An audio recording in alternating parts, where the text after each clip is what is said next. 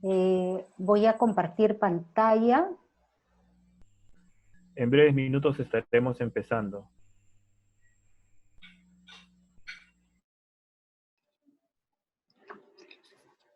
Muy bien, amigos y amigas, vamos a empezar con la presentación. Gracias por la confianza de ustedes de acompañarme esta tarde. Voy a hacer lo mejor, poner lo mejor de mí para que salga bien y entretenido y tratar de terminar en 40-45 minutos para luego responder a las preguntas que ustedes hayan hecho por el chat. Cualquier pregunta o situación la pueden plantear y luego Luis, que es mi coanfitrión y que va a estar conmigo, me va a ir leyendo las preguntas. Muy bien, vamos a hablar de 7 claves para trabajar desde la casa con éxito. ¿Cuáles son esas 7 claves de las que vamos a hablar? 1, del manejo de las emociones, que no nos agarren desprevenidos y entender qué está sucediendo con nosotros y cómo podemos manejarlo. 2, la gestión familiar. Estamos la mayoría trabajando en casa con la familia. Y eso pues cambia cualquier rutina que haya habido en la oficina. Y tenemos que tener algunos tips ahí para hacerlo bien. 3, la organización propia de nuestro trabajo.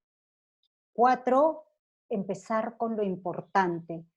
Es más fácil perderse en la casa que en la oficina.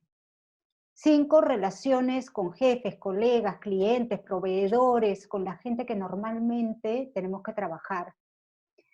6, tener las herramientas adecuadas para lo que tenemos que hacer. Y 7, nunca olvidarse el balance trabajo y vida personal. Muy bien, entonces empecemos con el primero. ¿Ok? Aquí están viendo ustedes la evolución del hombre. Entonces, para el manejo de las emociones hay que entender una cosa. El ser humano es este Homo sapiens sapiens que ustedes ven acá, ¿no? La evolución del hombre más o menos ha tomado hasta donde se sabe unos 7 millones de años, o sea, ¿qué año estamos ahora? 2020, ¿no es cierto? Comparen 2020 más 5 para atrás, ya 7.000 años contra 7 millones. Entonces la evolución del hombre llegó hasta el Homo sapiens sapiens, que somos exactamente nosotros. Y ese Homo sapiens sapiens vive, más o menos se calcula, unos 300.000 años. Imagínense solamente hace 10.000 años. No 300.000, 10.000 años. Era el típico hombre de las cavernas. Cuando nace un bebé, perfectamente puede ser un bebé de las cavernas. ¿Dónde está la diferencia? En el aprendizaje. ¿Ya? Pero eso no quita que nuestro cerebro, nuestras emociones, siguen siendo aquellas del hombre de las cavernas. Aquí abajo podemos ver qué quería el hombre de las cavernas. Vivía en escasez. Tenía una angurria terrible por comer carne, porque la carne era su sustento de vida y no la conseguía tan fácilmente. Era el cazador-recolector, ¿verdad? Recolectaba frutos, carbohidrato. ¿Para qué? Para que le dé energía. Y nosotros seguimos siendo los mismos. ¿Qué nos gusta? La carne, la grasa y el carbohidrato, que las galletas, que la torta. O sea, ¿a quién no le gusta eso? Si te dan a escoger entre una lechuga con tomate y una torta de chocolate, la mayoría se va a ver inclinado a la torta de chocolate. Y viví en la época de las cavernas, donde había grandes amenazas de todo tipo, desde el clima, los depredadores, los insectos. Es decir, el hombre tenía que vivir defendiéndose, estando súper alerta. Si había algo, un nuevo ruido, una nueva bulla de un animal, alerta, porque eso era cuestión de vida o muerte. Entonces en las cavernas se vivía así. Siempre había alguien vigilando o varias personas vigilando. Para conseguir la comida tenían que salir a cazar. Y esto era, como ven al tigre ahí, era cuestión todo el tiempo de vida o muerte. Entonces, nosotros evolucionamos para esa realidad. En la evolución no se esperaba, obviamente, que íbamos a cambiar nuestro modus vivendi tan rápidamente. El modus vivendi ahora es muy diferente, pero no ha habido tiempo para que evolucionemos hacia ese modus vivendi. Por lo tanto, nosotros seguimos teniendo nuestros instintos del, del hombre de las cavernas, tal cual, que aprendemos, que socializamos, lo que viene de fábrica es exactamente lo mismo. Y acá ven el cerebro del hombre primitivo al Homo sapiens sapiens, es cuatro veces el tamaño. Tenemos un mayor cerebro, tenemos una corteza cerebral, que analiza, que piensa, que trasciende, que se da cuenta que está vivo, a diferencia de los demás animales, pero no hemos dejado de tener todo el sistema límbico, el cerebro reptiliano, ese que compartimos con los dinosaurios, eso sigue ahí, no es que desapareció. Entonces nuestros impulsos, nuestros instintos, nuestros miedos siguen tan presentes como en la época de las cavernas. Eso es muy importante porque el miedo fue lo que nos ayudó a sobrevivir. El hecho de haber evolucionado y somos lo que somos, no quita que hay una gran parte de nuestro cerebro que sigue siendo el animal de donde venimos. Miren este lindo gatito que en menos de un segundo puede convertirse en un felino aterrador, en menos de un segundo, porque se siente asustado, con miedo, y desencadena las respuestas naturales de cualquier animal, incluidos nosotros, de segregar adrenalina, de que la sangre se vaya a los órganos porque estamos listos para atacar o huir. Esas son las dos respuestas del lado animal del ser humano. Entonces, obviamente, para no desangrarse, nuestra sangre se va más hacia los órganos, nuestra vista se agudiza, generamos morfina para que no nos duela en ese momento nada, los músculos se potencian y hay un trastorno increíble en nuestro cuerpo. Eso mismo sucede cada vez que nosotros tenemos miedo a algo. ¿Y qué más miedo que la incertidumbre, verdad? Entonces, cuando estamos en incertidumbre, estamos todo el tiempo estresados. Ese estrés significa adrenalizados, como ese felino, quizás no tanto, pero estamos entre ese gatito tranquilo, relajado, y este feroz felino. En algún sitio de la curva está nuestro estrés. Y ese estrés nos genera una serie de cambios, de perturbaciones en nuestras emociones y también en nuestro pensamiento. Y acá les quiero hablar de la curva del cambio, que empezamos con un tema de negación. Yo les quiero preguntar a ustedes, ¿qué hicieron el fin de semana que declararon cuarentena voluntaria? Esto fue viernes 12 de marzo. ¿Qué hicieron ese fin de semana? ¿Realmente tomaron conciencia de las cosas? Algunos sí. ¿Cambiaron su comportamiento? Ahí menos. La gente, las playas estaban full, había matrimonios, ¿no? ¿Se acuerdan que salió en televisión que la gente seguía como si no pasara nada?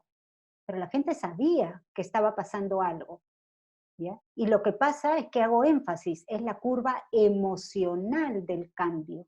No he dicho la curva racional del cambio. Entiendo las cosas, pero si no cambio mi comportamiento, ¿qué quiere decir? Que estoy negando. ¿Ya? Negación no es decir no es algo racional. Negación es no cambiar de acuerdo a las circunstancias. Es un mecanismo de defensa inconsciente que utilizamos para autoprotegernos, porque eso que se viene nos asusta. y es totalmente normal. Luego, cuando ya vamos sintiendo el golpe emocional, ojo, de lo que se está viniendo, ya empieza otro tema.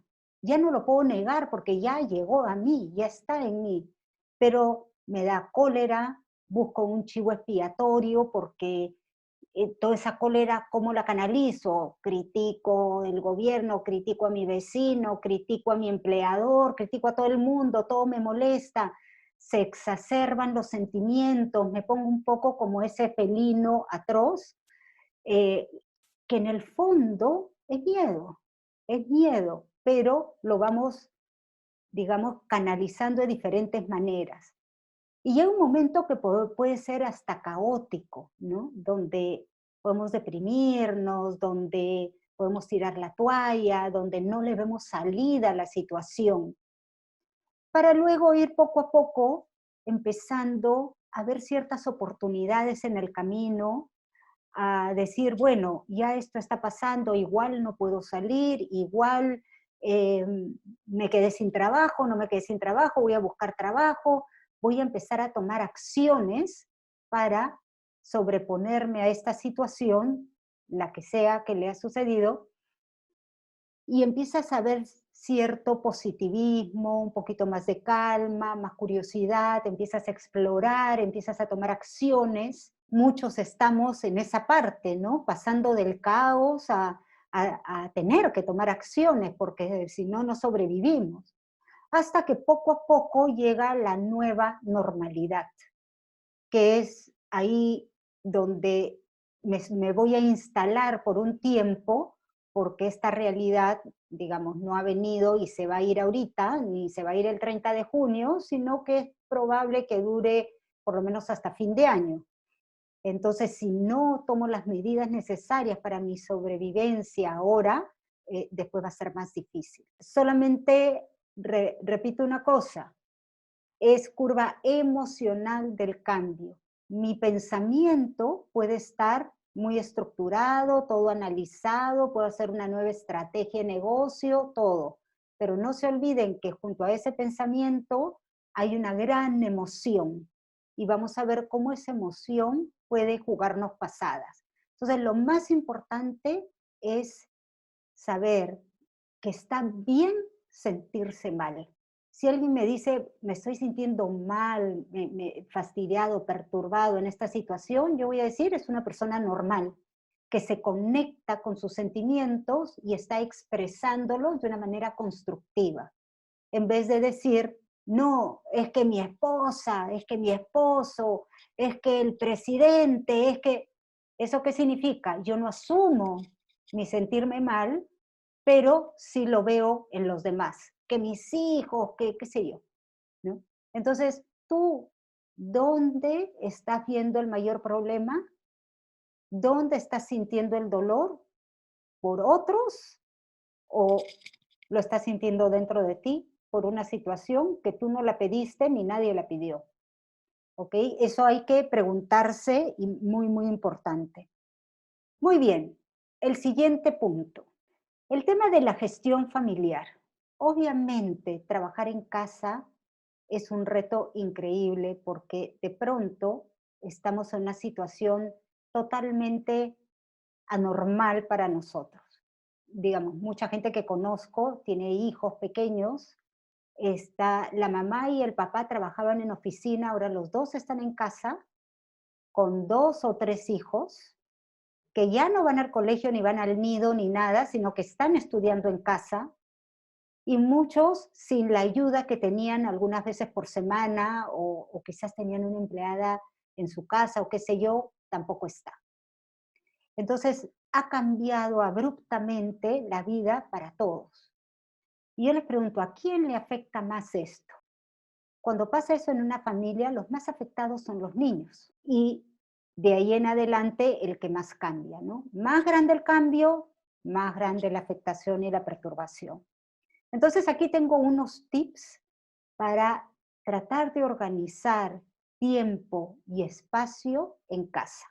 Es muy importante llegar a acuerdos, porque tratar de imponer una solución, una nueva forma de vivir, va a hacer que se generen resistencias en los demás miembros de la familia. Igual que en una oficina, cuando uno se siente el jefe empieza a imponer las cosas, ¿qué tenemos? Resistencia. Entonces, involucra a tu familia, hablen juntos, hasta niños de 2, 3 años pueden participar de ciertas partes de la conversación. Llegar a acuerdos respecto a la nueva normalidad y evitar esa sensación de angustia y caos. Imagínense, yo estaba pensando, un niño que en la mañana se iba al nido, ¿ya? O al colegio, chico, de ahí salía a jugar con sus amiguitos al parque, la mamá venía, ya se quedaba con él, lo abrazaba, todo perfecto, con la familia y a dormir. Hoy día a ese niño ya no va al nido, su profesora, sus amiguitos, todo desapareció de su vida y a veces no entienden por qué. Luego salir al parque, quemar calorías en el parque, cansarse, tampoco. Entonces imagínense a los niños cómo les puede afectar esto que en su cabecita todavía no entienden qué es la pandemia, qué es el bichito ese, y simplemente su mundo cambió totalmente. Y el problema es que los niños tienden a expresarlo a través del aburrimiento, las pataletas, el no querer hacer las cosas, ser mucho más demandante de los papás. Entonces ahí es muy importante la presencia activa, el darles tiempos de calidad. Si un niño viene y dice, papá, papá, no, hijito, estoy ocupado, es muy poquito, espérate. Al rato viene, papá, papá, hijito, no he terminado, más tarde. ¿Qué va a pasar? Vas a tener al niño todo el tiempo, papá, papá, y el papá cada vez, no, no puedo atenderte, no puedo atenderte, y se va generando un círculo negativo, perturbador. En cambio, si viene tu hijo y tú tratas de darte 5 minutos, sí, mi amor, ¿qué necesitas? ¿Qué pasa? Sí, yo sé que te sientes aburrido. Mira, papá termina de trabajar en 2 horas acá. Cuando mi reloj esté aquí, ya van a ser 2 horas y juego contigo un rato. ¿Está bien? Conversas un ratito con él, le haces cariño y el niño se calma. Y cuando se calma ya puede entretenerse en algo. También a veces hay que lograr acuerdos con la pareja. Si tienen niños pequeños y hay 2 personas trabajando, es imposible que estén las dos, quizás hacer turnos. Lo importante es que no invada la sensación de angustia y caos, ni a los niños ni a los adultos, porque el caos externo impacta en nuestras emociones y genera un caos interno también. Cuando todo cambia y esta incertidumbre que hay, ¿qué genera? Una perturbación en nuestro interior. Querrámoslo o no, adentro nuestras emociones también están removidas. Tenemos que ser conscientes de eso para poder manejarlo. Porque si no es muy fácil decir, ay, es que mi hijo es un pesado, es que no puede salir, es que a la pareja, por favor, encárgate del chico, y eso no va a llevar a nada. Tratemos de evitar conflictos y en su lugar organizarnos, aprovechar el espacio y el tiempo, generar nuevos hábitos. Si antes nunca había la hora de juego con mamá y papá, ahora vamos a poner 1 hora de juego con mamá y papá de 6 a 7 antes de comer. Vamos creándole una pequeña estructura en su cabecita. Y para nosotros también, una estructura de rutinas, de acuerdos, de nuevas normas, de cómo nos vamos a organizar, quién hace qué. Todo eso ayuda a calmar la ansiedad y el estrés de la incertidumbre y el cambio en que vivimos. Y además el hecho de involucrar a los niños y sobre todo a los adolescentes en las conversaciones de cómo distribuimos el tiempo y el espacio, ayuda muchísimo a que ellos se sientan importantes, se sientan validados y más autónomos. Eso los hace madurar, que esta experiencia no sea un mal recuerdo, sino que sea un recuerdo de unión familiar, porque les va a quedar de por vida. Y otro tema que ayuda mucho es tener metas. Las metas lo que hacen es ayudarnos a aferrarnos de las cosas, a mantener un norte, a sentir que somos útiles, que estamos logrando algo. Y pueden haber con premios, pequeñas metas o grandes metas, tanto para nosotros como adultos, tener una meta de nuestro trabajo. Estaba con una persona que me dice, he escrito 3/4 de mi libro. Esta persona realmente tuvo que cerrar el negocio y se dedicó a escribir su libro que siempre había querido. Siempre te puedes poner una meta y que eso encarrile esos sentimientos que a veces pueden ser muy difíciles. Entonces tu energía, en vez de ponerla en dar vueltas como un trompo, la pones en algo útil, algo que te puede servir o no servir, pero es útil, es creativo, es reconfortante. Otro tema de casa muy importante es intensificar la comunicación. Por un lado, porque todos van a estar en la casa, pero ¿qué sucede si uno está en su cuarto, el otro está por aquí, por allá? Los chicos empiezan a sentir como muy solos, abandonados. Los grandes es como que siguen teniendo la vida de antes. Yo en mi trabajo, tú en tu trabajo, cada uno en lo suyo. Y esto no es la vida de antes. Entonces, es importante acercarse, preguntar cómo están, cómo dormiste, si tienen estudios virtuales, cómo te fue en tu clase, cada vez que terminan la clase, cómo te fue, qué tal, y diste tu examen, y qué sé yo. Establecer límites claros. Ayuda mucho los horarios, quién hace qué, cómo y cuándo. Entonces, hay que decir, esto te toca a ti. Y poner límites para que cada uno cumpla con sus labores y con sus compromisos. Además, si se han hecho de mutuo acuerdo, deberían cumplir con ellos, ¿verdad? También horas de dormir, por ejemplo, todo eso ayuda a estructurar a las personas. ¿Sabes qué? Máximo a las 10 a dormir, o si son pequeños a las 8 en la cama, qué sé yo, cada uno con sus costumbres, pero que se repita cada noche.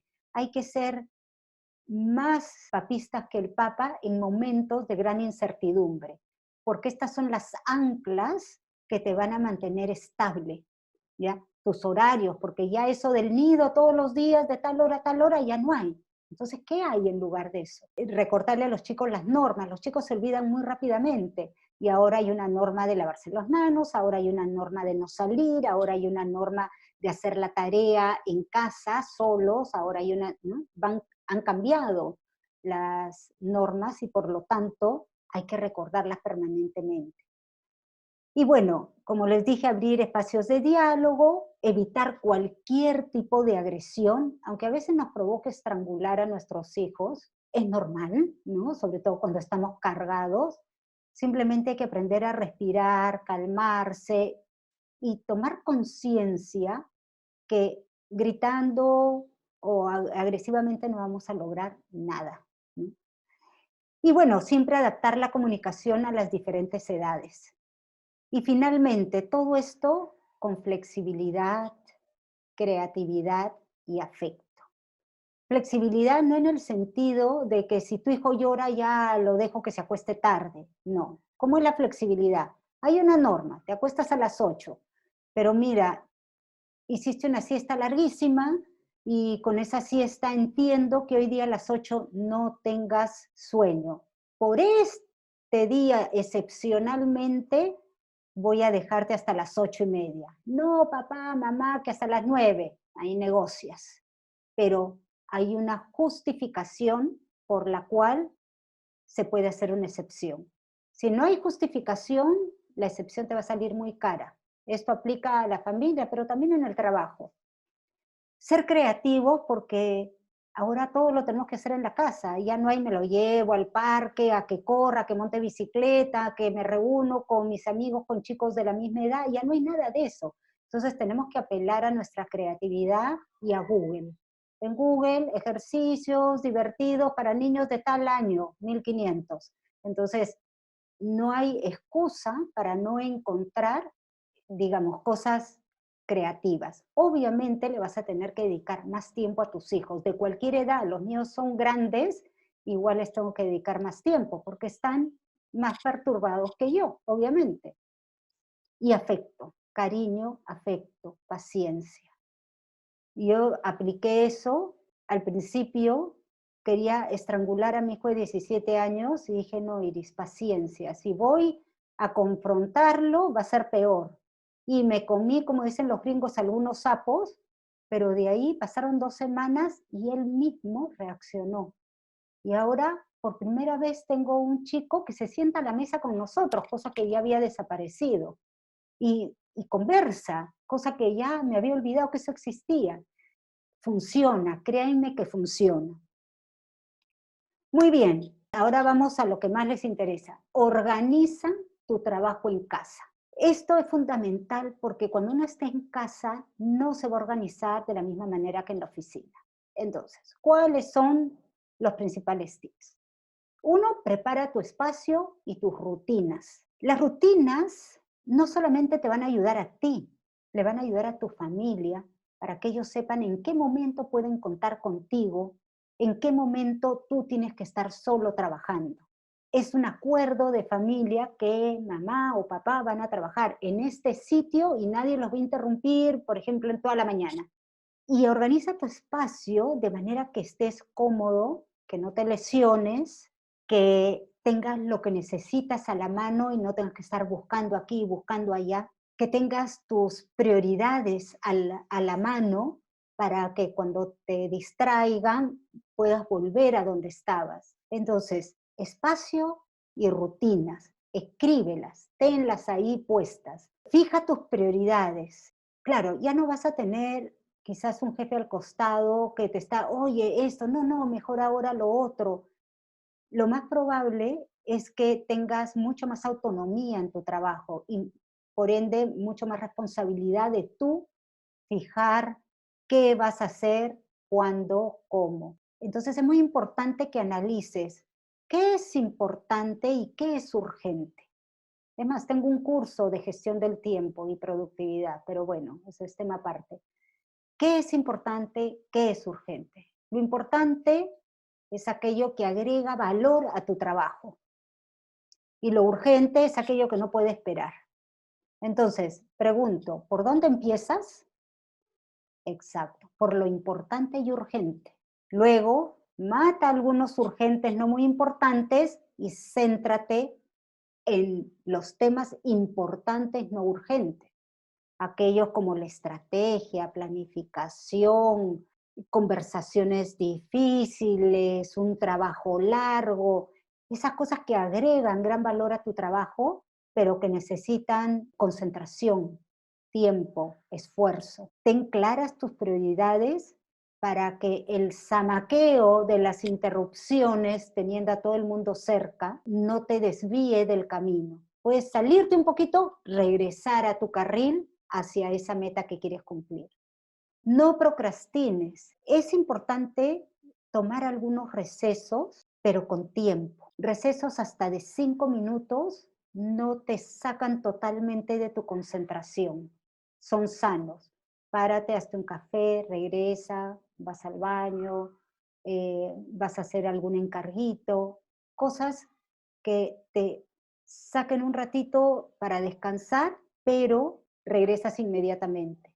Si tú estás siendo interrumpido permanentemente, no vas a poder lograr esa concentración ni hacer esos trabajos importantes. ¿Qué tienes que hacer? Por ratos, dejar tu celular apagado, desconectarte lo necesario como para poder concentrarte en una pieza de trabajo importante. Si cedes ante todas las interrupciones, estoy viendo todo el tiempo mi chat, mi celular, me quedo pegado con esto, entré a una conversación de grupo, ¿qué sucede? El tiempo te juega pasadas y si te pones a ver, yo la vez pasada que he tenido muchas interrupciones y no me he puesto las pilas, saqué que había trabajado 3 horas en todo el día. 3 horas. Yo sentía que había trabajado todo el día. No. O sea, efectivas 3 horas. No vaya a estar pasando eso contigo. Y dije, no, no, no, no puede ser. Tengo que estar tomando el tiempo y ver y no parar así nomás. Es muy fácil procrastinar cuando estás en tu casa lleno de interrupciones. Y por último, en algunos casos, sin nadie que te vea, ni un jefe que esté esperando ahorita las cosas. Y otro punto, en la medida de lo posible, evita las distracciones. ¿Cómo? Organizándote con la familia. ¿A qué horas tú necesitas concentrarte? ¿A qué horas pueden contar contigo? Esas son las distracciones externas a ti. Y dentro de ti también hay distracciones, que de repente te pones a pensar en otra cosa, o de repente te quedas prendido del celular. Entonces, esas son que dependen de ti. Tienes que hacer un esfuerzo para que estas distracciones no te secuestren. ¿Ok? Organiza tus tiempos, algunos tips, anota todo lo que tienes que hacer primero, todo tu to-do, como dicen, prioriza, que es importante y urgente, como he dicho, agenda o calendariza. Para mí es súper útil tener ahí a la mano las cosas que tengo que hacer. Siempre es bueno hacer el check, ¿no? Eso, ¿qué logré? Cada final del día, ¿qué logré? ¿Qué no terminé? ¿Cómo debo repriorizar al día siguiente? Y trata de planificar, si puedes, tu mes, tu semana, tu día, tu mañana, tu tarde, etcétera. Eso es muy importante para que lo tengas permanentemente cerca tuyo a la vista. Todas las metas a la vista, para que te enrumben cada vez que te sales. Otro tema, mantén el contacto, o sea, relaciones con tu jefe, con tus colegas, con tu cliente. Y ahí sí, mucho ojo, mantente visible. Es muy fácil que cuando trabajes en casa te concentres en lo que estás haciendo y quizás no estás presente en las conversaciones, no estás presente en las reuniones virtuales. A veces uno está presente en una videoconferencia, pero sin embargo no pone la cámara, está en mute, no participa, entonces la sensación de los demás es que no estás. Y eso es lo peor que te puede pasar. Sé parte de, mantente visible. Ten tus metas doblemente claras y acordadas. Como es un poco más complicado estarse comunicando, siempre repregunta a tu jefe o con quien estés trabajando. Entonces, esto es lo que voy a lograr, lo que me estoy comprometiendo, este informe, por ejemplo, para tal fecha. ¿He entendido bien? Doble candado. Asegúrate que lo que tú crees que es prioritario, lo que tú crees que son tus metas, esté avalado por tu jefe o quien corresponda. Muestra tus avances y logros. Claro, porque como no te ven trabajando, a veces una persona desaparece. Y a mí me ha pasado, y yo no sé qué está haciendo. Pero si esa persona me está enviando, ya avancé con esto, para tu revisión, ¿cómo vamos con lo otro? Entonces, voy viendo que está trabajando, al menos me hago la ilusión como jefe que está trabajando, ¿no? No siempre será el caso, pero si lo estás haciendo, doblemente importante que lo muestres. Adapta tu comunicación al contexto virtual. Sí, porque ya no es lo mismo. Entonces, es más importante aún que tengas una buena cámara, que te vean, que participes. Ya no van a ver tus gestos y a veces cuando se comparte pantalla ni siquiera van a ver tus movimientos. Entonces, ten cuidado con el tono de tu voz, con las palabras que usas. Esto termina siendo en este momento más importante que la presencia. Acuérdate que el 55% de la comunicación es el lenguaje corporal. ¿Y qué pasa cuando no hay ese lenguaje corporal? Todo se va hacia cómo dices las cosas, qué palabras usas, qué presentación muestras, etc. Entonces, ojo con eso. Mantén relación con tus colegas. Importante, uno, porque no te desapegas de la oficina y te pierdes de repente. A veces cuando no sabes qué hay en la agenda, no sabes lo que está pasando, puedes ir por la deriva, pero por otro lado, también porque son vínculos afectivos importantes. No estás solo en el mundo, y cuando uno está enclaustrado, se siente solo en el mundo. Entonces mantén esa relación con colegas y amigos también. Pide ayuda y déjate ayudar. No esperes solo a resolverlo todo. pida si necesitas algo, habla en la oficina, si, oye, tú tienes niños y a tales horas te es imposible participar porque es la hora que tus hijos están en las clases virtuales y son chiquitos y tú tienes que acompañarlos, háblalo de antemano para que no se sienta que no te interesa. Busca ser entretenido y didáctico cuando hagas tus presentaciones, no como yo, que creo que estoy medio aburrida, y prepárate. Uno se tiene que preparar mucho más que cuando va a hacer algo presencial. Muy bien, corremos un poquito y estamos en el 6. Invierte en herramientas virtuales. Analiza tus objetivos y entregables y define qué herramientas necesitas para ser más eficiente. Quizás más velocidad de internet, mejores audífonos y cámara, menos ruido, ¿no? Ahí puedes poner Tecnopor, no sé, algún programa especial, investiga qué hay de nuevo, no te quedes, mejora la ergonomía de tu escritorio. Algo que estoy escuchando es mucha gente que como ahora se queda horas trabajando, ya no va por el café y se pone a conversar con amigos, ya no sale a caminar para ir a almorzar, han empezado a contracturarse. Ayer estuve en un webinar con un equipo de trabajo y me ponía a pensar, mira, estos dos chicos que son junior, nunca muestran la cara y encima uno ni se le escucha cuando habla. ¿Qué va a pasar? Eso repercute negativamente en tu imagen con los demás. Entonces, si tienes que comprarte un micro, cómpratelo. Si tienes que comprar una camarita para ponerle a tu laptop, cómprala, porque es tu mejor inversión. Se te tiene que ver, se te tiene que escuchar bien, porque si no, no estás. Y si no estás, mueres. Muy bien. Cuídate y cuida a los tuyos. Esto es en la parte de balance, trabajo y vida. Ejercítate, fundamental. Lo que sea, ¿ya? Yoga, saltar a la soga, hacer un poquito de pesas, lo que sea, pero algo de ejercicio. Aprende a respirar, porque van a haber muchos momentos en los cuales sientes que no puedes más. Y respirar, mira, en Google entras cómo respirar para calmar los nervios, para desestresarse, y practícalo porque es mágico, créeme. Hidrátate, eso es muy importante, a veces nos olvidamos. Lo que he dicho de mantener horarios, tratar de cumplirlo. Yo soy mujer anti-horarios, pero debo reconocer que en este momento tener ciertos horarios me está ayudando. Y también hacer yoga. Date recesos gratificantes, no te quedes ahí, como me pasa a mí, en la computadora y pasaron 4 horas y yo sigo concentrada y cuando me muevo siento que me duele todo. No. Cada hora trata de parar 3 a 5 minutos, estírate, toma agua y así.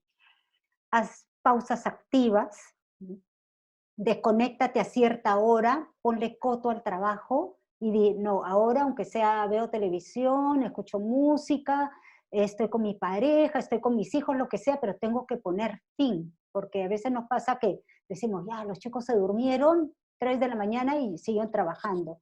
Estaba viendo una encuesta que el 80% de la gente está sufriendo de insomnio. Hice un video, un artículo sobre eso. Me parece una barbaridad, pero sí, la mayoría que conozco está sufriendo de insomnio, o sea que no está tan mal. Y recuerda los acuerdos con tu familia, cumple con ellos. Los adultos somos los ejemplos. Muy bien, entonces he terminado. Luis me va a pasar ahora las preguntas. Acá cierro.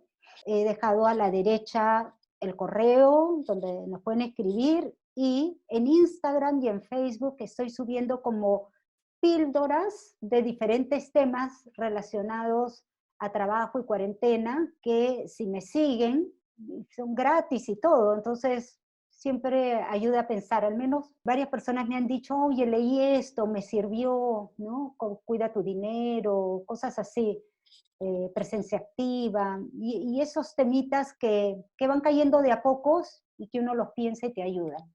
Muy bien, Luis, espero tus preguntas. ¿Qué tal, Iris? ¿Qué tal todos?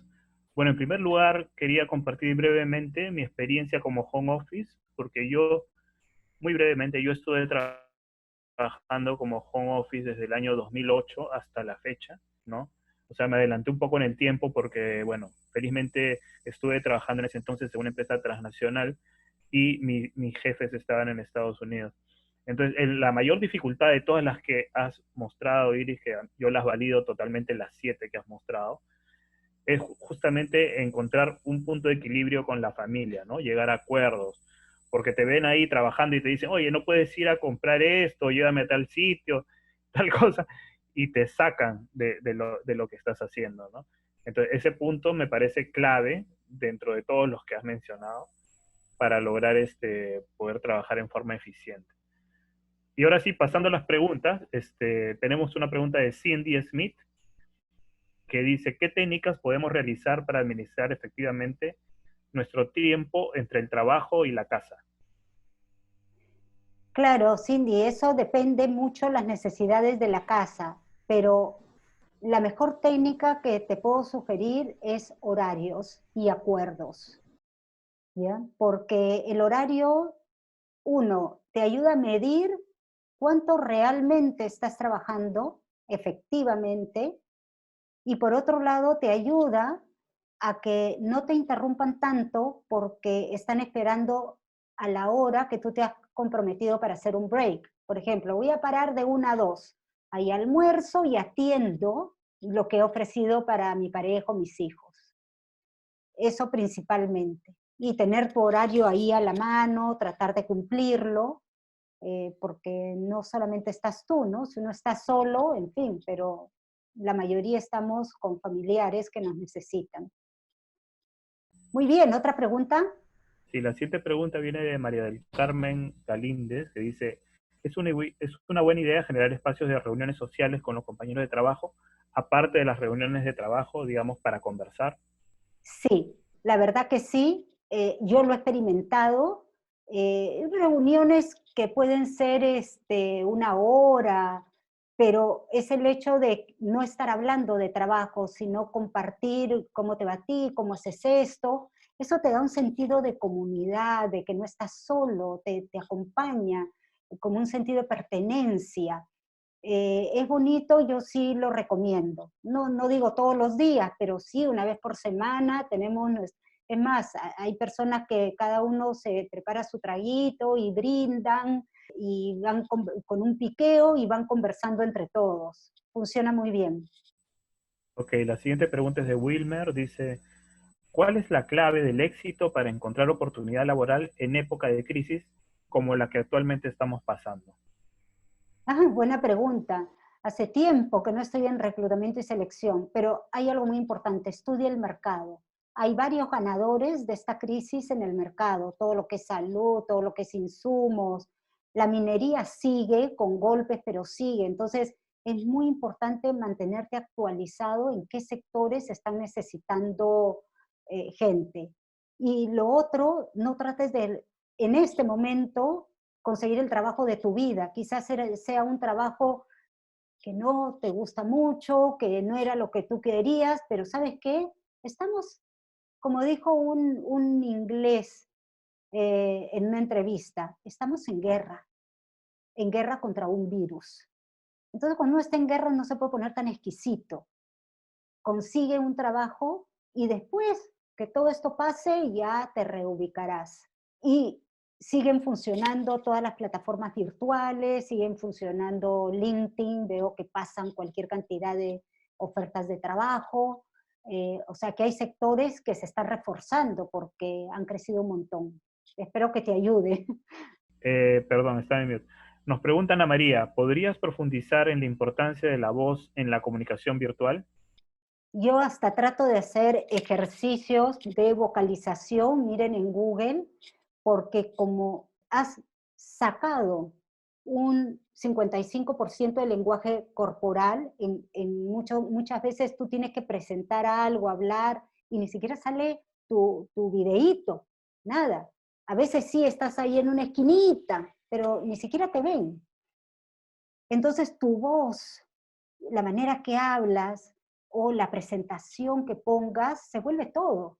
Entonces, sí, practica, nada, hay que practicar, hay que concentrarse, También a veces odio mi voz, creo que la mayoría nos pasa que escuchamos en una grabación y decimos yo soy ese, qué vergüenza. Entonces tengo que trabajar la voz para que suene más placentera y no como pues un chillido, ¿no? Perdón, el 55% de la comunicación se atribuye al lenguaje corporal, a tus gestos, a cómo te mueves, a todo eso, ¿no? 30 y tantos% al tono de voz y solo 7% a lo que realmente estás diciendo. Entonces, ¿qué pasa si sacas el 55%? Tu voz toma mucho mayor importancia. Busca en Google cómo entrenar tu voz, impostación de voz, todas estas cosas y te va a ayudar. Articular bien. Ahí en los ejercicios con el lápiz, en la boca, para aprender a articular, te va a ayudar. Hay una persona que dice la imagen, 3/4, solo rostro, que se vean las manos, fondo panorámico. Creo que pregunta un poquito de cómo debería mostrarse la persona. Sí, Sí. sí, exacto. Eso ayuda, pero ¿cuál es el tema? Que si tú ves el Zoom, cuando ponen y muchos otros programas, cuando ponen una presentación, quedan los cuadraditos con las caritas arriba, pero no entran todas arriba. Entonces solo tienes a 6, a 8 personas y las demás no las ves. Están como en un carrusel. Entonces, quizás te toca hablar a ti y el que está mirando la pantalla o el jefe, el gerente, qué sé yo, eh, no te está viendo, solamente está escuchando tu voz. Entonces, no hay que confiarse que te van a ver. ¿Sí? Eso es lo que sucede. ¿Sí? Pero sí ayuda, fíjate qué ropa llevas. Me estaba contando un amigo que es profesor de la Universidad de Lima, que se reunieron con la directora y uno de los profesores, no voy a decir de qué carrera para ya no ser tan infidente, se apareció sin nada arriba. O sea, nada arriba, sí, ni siquiera un polo. O sea, esas cosas no se pueden hacer. O todos despeinados con un polo así. Ojo, que estarán en línea, pero si es una reunión de trabajo, debes estar de acuerdo a como más o menos puedes estar en la oficina, un poquito más sport, pero no hasta las patas, toda la barba, todo el pelo, todo has hecho una desgracia. No, porque al final transmite una imagen de desalineado, no vale la pena, ¿no? Y el fondo también, hay gente que se pone contra la luz y se le ve solamente una sombra, no, eviten eso. Eh, bueno, yo he puesto mi cuadrito ahí, ¿no? Porque no me gusta lo del fondo panorámico, ese que viene con el zoom y que se ve la playa y todo, porque me parece un distractor. Pero hay fondos que son bastante buenos también, como una oficina, no tengo. Muy buen punto. Iris, una pregunta más. Me preguntan, ¿qué están haciendo las empresas para favorecer el trabajo en casa de las personas? ¿No? Y si, bueno, esto escapa un poquito al alcance de este webinar, pero está preguntando también esta persona si sabemos cómo se regulará legalmente el trabajo en casa. Ya, sí, lo de legalmente se están haciendo varios trabajos, de hecho han salido decretos legislativos, decretos supremos de urgencia, no sé, respecto a teletrabajo y trabajo en casa. No estoy tan actualizada porque no estoy trabajando directamente en recursos humanos. Y lo otro era, ¿qué están haciendo las empresas? Miren, varias empresas me han llamado para hacer webinars de este tipo, pero con más tiempo, un poquito más de tiempo para preguntas y respuestas, para apoyar a su gente en cómo manejar los temas emocionales, cómo manejar los temas familiares y cómo manejar el estrés, ¿no? También para cómo comunicarse mejor, para líderes, ¿no? Que tienen que motivar a su equipo virtualmente. Eso es lo que me están pidiendo la mayoría de empresas. Y bueno, yo siempre he hecho talleres para empresas presenciales, ahora estoy haciendo virtuales. ¿Y qué otras cosas están pidiendo? No sabría, no, aparte de eso, que es lo que me han comentado, no te podría dar más información concreta porque no la tengo a la mano. De hecho, las personas que están yendo a la oficina sí tienen que cumplir con todos los protocolos de salud y les tienen que dar todas las facilidades, ¿no? Desde el gel, las mascarillas, que se limpien los pies al entrar, que, etcétera, etcétera. O sea, cada gremio tiene que definir cuáles son los requisitos para, por ejemplo, restaurantes o para centros médicos o para peluquerías. Los gremios están definiendo los requisitos en salud y seguridad. Ok, José nos pregunta, bueno, nos dice excelente tema, ¿qué espacio de la casa es el más recomendable para el teletrabajo? El que puedas estar más tranquilo y más alejado. Yo muchas veces he recomendado la lavandería, porque no es el sitio más sexy para que todos vayan a visitarte.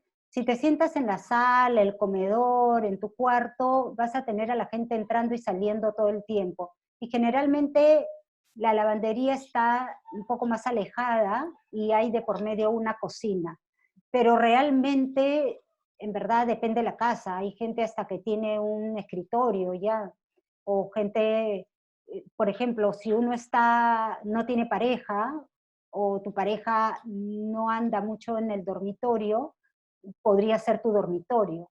Yo a veces he querido meterme hasta en el walk-in closet, así, con tal de que me dejen tranquila.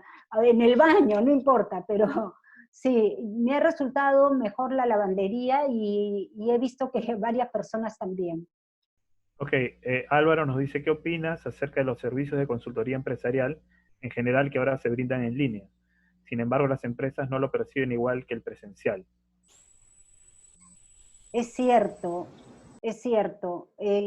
Mucho de lo que es en línea a veces termina siendo hasta más complicado, pero hay que bajar precios. O sea, por el contexto y todo hay que sacrificar.